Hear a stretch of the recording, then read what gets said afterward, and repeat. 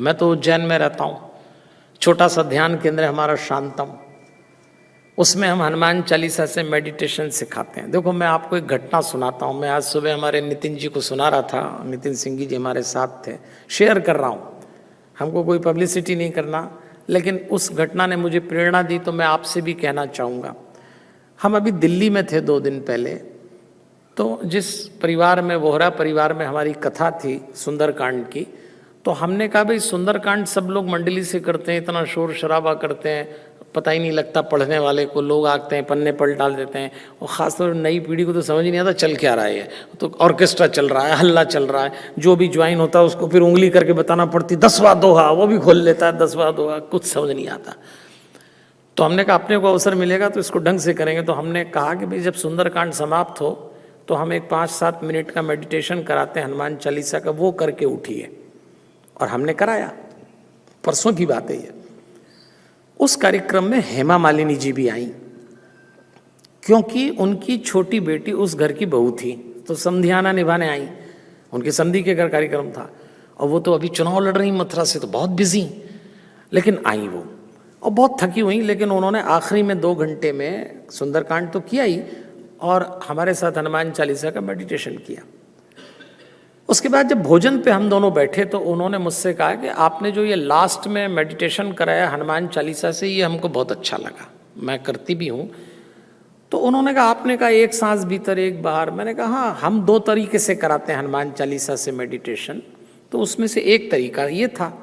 तो वो मुझको बोली पंडित जी एक तरीका हमें भी मालूम है, और हमारे एक मिलने वाले ने मेरे व्हाट्सएप पर वो तरीका भेजा है जिसमें हनुमान चालीसा के दोहे चौपाई चक्र पे रखते हैं और ऊर्जा ऊपर उठाते हैं। तो मैंने मनी मन सोचा, मैंने कहा ऐसा तो अपन ही कराते हैं, अब ये कौन कराने लगा। तो हमने हनुमान जी को याद किया कि हनुमान जी महाराज ये तो अपना ही आइटम चल गया बाजार में और अपने को पता भी नहीं है, क्या अब क्या करेंगे। हमने सचमुच हनुमान जी को याद किया। तो हमने उनसे बोला, तो बोली मैं आपको बताती हूँ, देखिए मैं आजकल कर रही हूँ, मुझे अच्छा भी लगता है चक्र के साथ।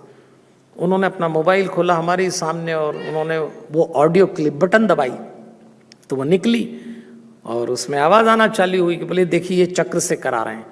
तो मैंने कहा बहन जी ये तो मेरी आवाज़ है।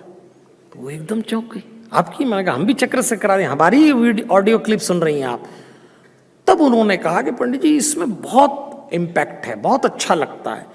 तो उस दिन मुझे भरोसा हुआ कि उन जैसी विदुषी, वो तपस्विनी है बहुत, उनको श्लोक याद है, उनको सुंदरकांड कंठस्थ है, उनको हनुमान चालीसा कंठस्थ है, उनको चक्र की फिलॉसफी, अगर वो इसको गंभीरता से ले रही हैं तो हम क्यों नहीं अपने बच्चों तक और अपने जीवन में ये बात उतारें कि सांस के साथ मंत्र जोड़ने से जीवन में बहुत बड़ा फर्क आएगा, जो और किसी विधि से तो नहीं आने वाला। अपनी सांस से हनुमान चालीसा को जोड़िए, ये सबसे बड़ा संस्कार है आज की तारीख। क्योंकि उसका फायदा क्या होता है, शरीर से पॉजिटिव वाइब्रेशन निकलने लगते हैं, और जैसे ही पॉजिटिव वाइब्रेशन निकलते हैं अब व्यक्ति कोई और हो जाते हैं। और हम अपने बच्चों को क्या देंगे बताइए आप?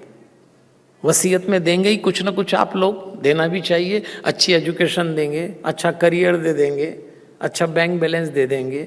अब तो आजकल के बच्चों को तो गाड़ी भी खुद नहीं खरीदना पड़ती, माँ बाप ही कमा कमा के सब तो देते हैं। आप लड़की होगी तो दामाद ला देंगे, बेटा होगा तो बहू ले आएंगे, सब आप देंगे।